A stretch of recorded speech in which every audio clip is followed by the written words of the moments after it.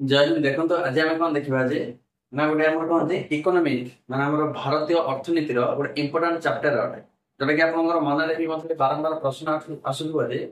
भारत अधिकांश लोक मैंने गरीब अच्छा सरकार कहीं अधिक टंका छपेगी देशर गरीबी को पूरा पूरी कौन समाप्ति करू ना मन में प्रश्न आसत एते गरीब अच्छा सरकार पाखे कौन अच्छे सरकार तो टंका छपाउती ना मन इच्छा टंका छपेबे समस्त खाता 15 लाख 30 लाख 40 लाख नहीं छाड़देवे जहाँ समस्त धनी होते एपरि भाव आप मन में प्रश्न आस कहीं सरकार अधिक टंका छपाती ना आम कौन करिया बर्तमान आम डिस्कसन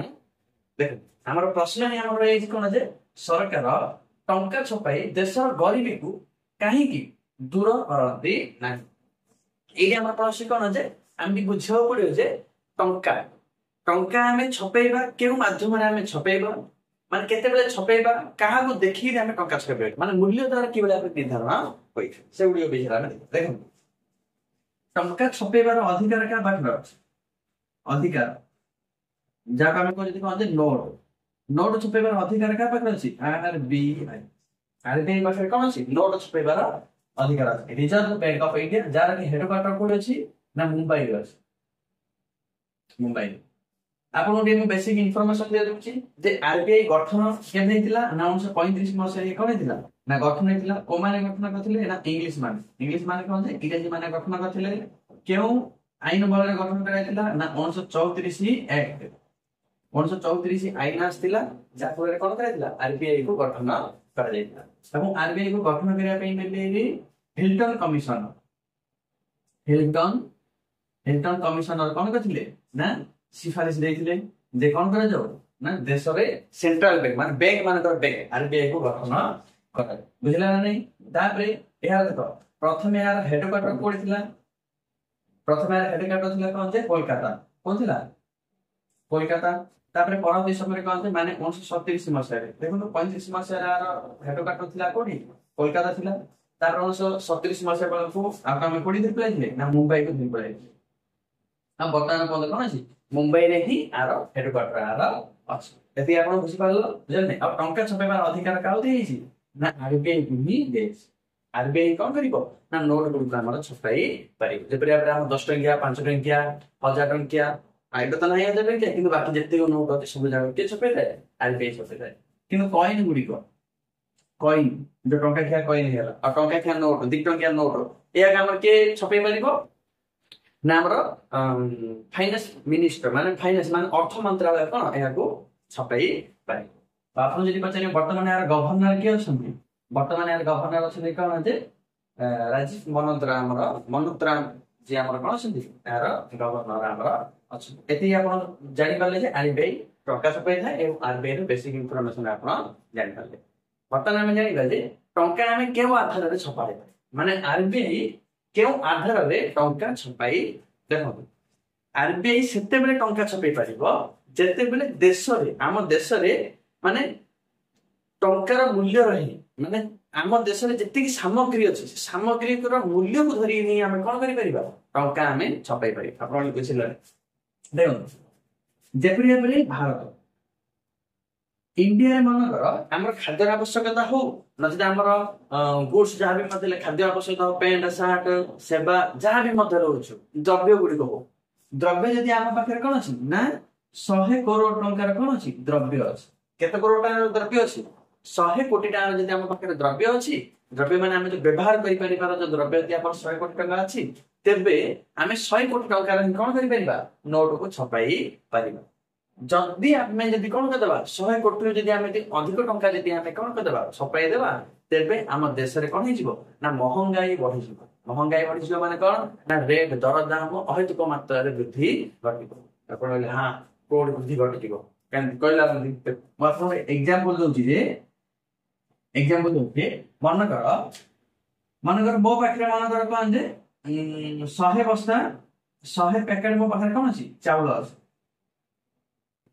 मो पाखरे कोन अछि 100 बस्ता चावल अछि जहार दाम हैला कोन जे 10000 टका 100 बस्ता चावल अछि जहार दाम हैला केते 10000 टका वर्तमान मते कोन जे मो पाखरे 10000 टका री चावल अछि किंतु ମାନେ ଆମେ କହିଲେ ପୁରା ଦେଶ ଜାଗାରେ ଆମର କଣ ଯେ ମନେକର 100 ପ୍ୟାକେଟ ହିଁ ଚାଉଳ ଅଛି, ଦେଶ ଜାଗାରେ ଆମର 100 ପ୍ୟାକେଟ ଚାଉଳ ଅଛି, ଯାହାର ଦାମ ହେଲା କେତେ ଯେ 10,000 ଟଙ୍କା ହେଲା ଦାମ। ଗରିବ ଲୋକମାନେ ବି ମଧ୍ୟ ଅଛନ୍ତି। ସରକାର କଣ କଲେ ଯେ ଅଧିକରୁ ଅଧିକ ଟଙ୍କା ଛପେଇକି କଣ ଅଧିକ ଟଙ୍କା ଛପେଇଲେ ଏବଂ ସମସ୍ତଙ୍କୁ କଣ କରିଦେଲେ ପଇସା ବଣ୍ଟନ କରିଦେଲେ। ପଇସା ବଣ୍ଟନ କରିଦେଲେ ମନେକର ସମସ୍ତଙ୍କ ପାଖରେ ବର୍ତ୍ତମାନ କଣ ଅଛି ଟଙ୍କା ପଇସା ଅଛି। ମନେକର ସରକାର ଆଉ 10,000 ଟଙ୍କା କଣ କରିଦେଲେ, ଆମ ଦେଶରେ କେତେ ଟଙ୍କାର ଚାଉଳ ଅଛି ନା 10,000 ଟଙ୍କାର ଚାଉଳ ଅଛି, କିନ୍ତୁ ସରକାର କଣ କରିଦେଲେ ଆଉ 10,000 ଟଙ୍କା କଣ କରିଦେଲେ ନା ଟଙ୍କା ଛପେଇକିରି ଆଉ 10,000 ଟଙ୍କା ଛପେଇକି କାହାକୁ ବଣ୍ଟନ କରିଦେଲେ, ଲୋକମାନଙ୍କୁ ବଣ୍ଟନ କରିଦେଲେ। ବର୍ତ୍ତମାନ ଦେଶରେ କେତେ ଟଙ୍କା ଆମର ଅଛି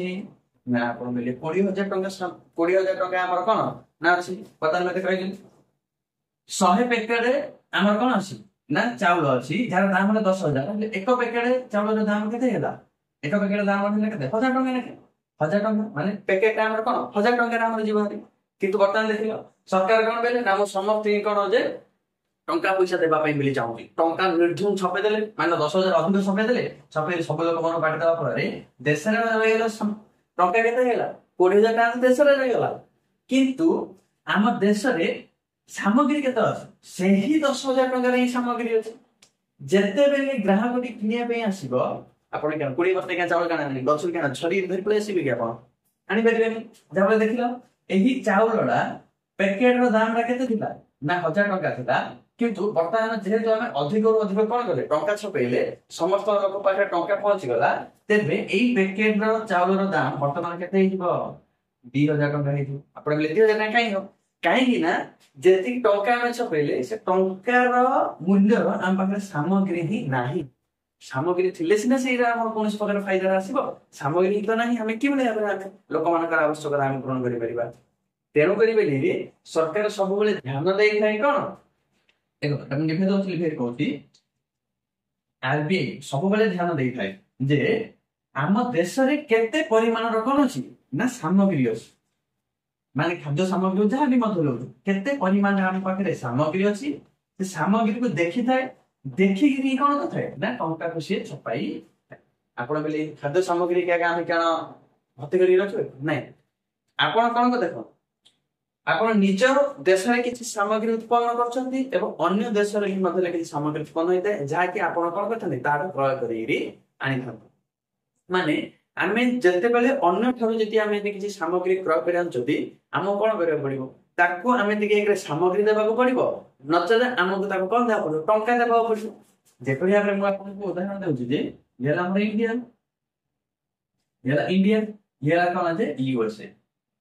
ମନେକର ଇଣ୍ଡିଆ ୟୁଏସଏ, ଦେଖ ୟୁଏସଏ ଆମର କଣ ଯେ ୟୁଏସଏ ଡଲାର, ତାଙ୍କ ଦେଶର ଟଙ୍କା ହେଲା କଣ ଯେ ୟୁଏସଏ ଡଲାର, ଆମ ଦେଶର ଟଙ୍କା ହେଲା କଣ ରୁପିଆ, ଆମ ଦେଶର ଟଙ୍କା ହେଲା କଣ ଯେ ରୁପିଆ ଅଟେ। ବର୍ତ୍ତମାନ ଦେଖ ଭାରତ ଯେତେବେଳେ ୟୁଏସଏ କିଛି ସାମଗ୍ରୀ ଯେତେବେଳେ କଣ କ୍ରୟ କରିବ, ମାନେ କିଣିକି ଆଣିବ, କିଣିକି ଆଣିଲେ ଆମେ ସାମଗ୍ରୀ କିଣିକି ଧରି ପଳେଇ ଆସିଲେ, ବର୍ତ୍ତମାନ ଆମେ ବି କଣ କରିବାକୁ ପଡିବ, ଇଣ୍ଡିଆର ଲୋକମାନେ ଯେହେତୁ କିଣିକି ଆଣିଲେ ତାକୁ ଟଙ୍କା ଦେବାକୁ ପଡିବ ନା ପଡିବନି,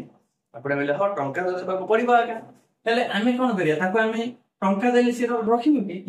କାହିଁକି ନା ତା ଦେଶରେ ଚାଲୁଛି କଣ ଡଲାର ଚାଲୁଛି, ଆମ ଦେଶରେ ଚାଲୁଛି କଣ ରୁପିଆ, ଆମେ ରୁପିଆ ଦେଲେ ତାକୁ ଚଳିବ କି,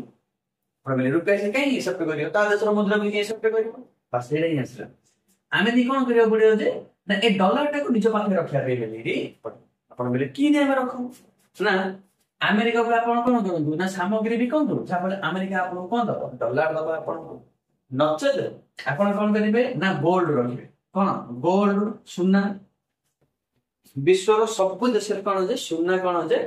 ମାନ୍ୟତା ମିଳିଛି, ସୁନା ସବୁ ଦେଶରେ କଣ ମାନ୍ୟତା ମିଳିଛି। ଏକରେ ଆପଣ କଣ କରନ୍ତୁ ସାମଗ୍ରୀ ନ ରଖିଲେ ସୁନାକୁ ନିଜ ଦେଶରେ କଣ ରଖନ୍ତୁ, ସୁନା ଯେତେ ପରିମାଣ ଆମ ପାଖରେ ସୁନା ଅଧିକ ରହିବ ଦେଶରେ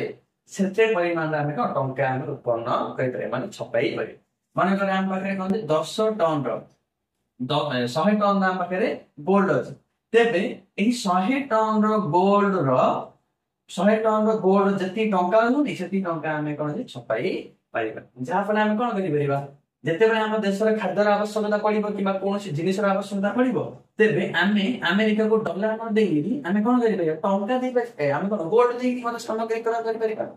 ଯଦି ଆମ ପାଖରେ ଯଦି 100 ଟଙ୍କା ଆମ ପାଖରେ କଣ ଅଛି, ମନେକର ଏଠି ଆମର 10,000 କୋଟି ଟଙ୍କାର କଣ ଅଛି ଯେ 10,000 କୋଟି ଟଙ୍କାରେ ଆମ ପାଖରେ କଣ ଅଛି ନା गोल्ड अच्छी आम 20,000 कोटी टंका जदि आम टंका पैसा छपेदेवा बेले आम देश में कौन ना महंगाई बढ़ी कहीं आम देश से सामग्री ही ना मैंने ओभरअली आम बुझुं कौन ना निज देश आपण देश में कौन जे एक वैदेशिक मुद्रा अमेरिकार मुद्रा आम देश कौन वैदेशिक मुद्रा एक मुद्रा को आम निज पाखे रखा पड़ो नचेत गोल्ड रखा पड़ो गोल्ड माने सुना रखा पड़ो नचेत आम देश कौन जहाँ भी उत्पन्न हो सामग्री गुड़िक आम पाखे रही पड़ो माने जिते टंकार आम पाखे गोल्ड अच्छी जिते वैदेशिक मुद्रा अच्छी आउ जिते परिमाण सामग्री अच्छे सब जाक को कैलकुलेशन करी आम देश में कौन टंका छपा जाए जेपरी भाव आईएमएफ माने कौन ना इंटरनेशनल मॉनेटरी फंड अटे ये कौन कर वैदेशिक मुद्रा जहाँ आम कहते एसडीआर माने स्पेशल ड्रॉइंग राइट पांचटी मुद्रा को कौन कर वैदेशिक मुद्रार मान्यता देती पांचटा मुद्रा कौन होता है ना विदेशी राष्ट्र मान सहित कौन कारबार एक नंबर है किए ना यूएस डॉलर प्राय 60% देश कौन कर ना यूएस डॉलर रे निजर सामग्री क्रय विक्रय कर यूरोपियन यूनियन यूरो जापान कौन येन कौन यूके पाउंड रेनमिनबी जहाँ चाइना एतिक मुद्रा कौन होता है विदेश में कौन वाणिज्य कारबार होता है भारत भी मतलब कौन करता है निजर वैदेशिक मुद्रा रे ए पांचटा देश मुद्रा को रखी थाए माने आरबीआई रखी थाए एवं देशर सुना रखी थाए गोल्ड रखी थाए आ सामग्री सब जाक कौन करता है कैलकुलेशन करता है कैलकुलेशन करी आमर कौन टंका पैसा छपे लोक मान कौन व्यवहार करने दे जाए एपरे मन इच्छा आम कौन टंका पैसा छपे पारा ना आम देश में जी गोल्ड अच्छी जी वैदेशिक मुद्रा अच्छी और जी सामग्री अच्छी से सब जाकर मूल्य को आम आकलन करकलन करें कौन कर टंका पैसा छपाऊँ जदि आम कौन करवा मन इच्छा जी टंका पैसा छपेदेवा इे आम पाखे कौन व्यवहार करने सामग्री ही जहाँफल आम कौन देश आहरी गरीब देखा गरीब देख जैसे वेनेजुएला आम कौन दक्षिण अमेरिकार गोटे देश है वेनेजुएला से वेनेजुएला कौन कला ना एपरी भाव आईडिया मुंड को आसला से सरकार को से कौन कला निज देशर सामग्री ना सामग्री अच्छी कम किंतु मन इच्छा पूरा कौन टंका छपेला सब देशर सब देश लोक मान सब कहते टंका बंटन कर जहाँफल समस्त पाखे कौन टंका पैसा पूरा भरपूर मात्रा समस्त निज निज अकाउंट देखिए कौन बोले ना मोर धनी है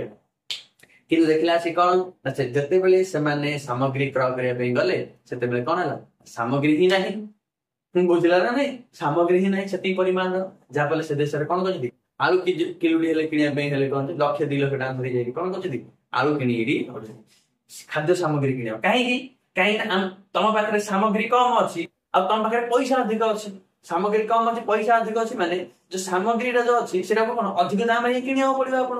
एमती 2 3 कहीं आप कौन 10 टका मनकर आलूटा कौन अच्छे 40 टका किलो आप कौन करते 50 टका देखिए आप जो कौन आलू किनदे सरवा आलू सरला कौन करेंगे अन्य देश जो सामग्री किणी आने से कौन बेल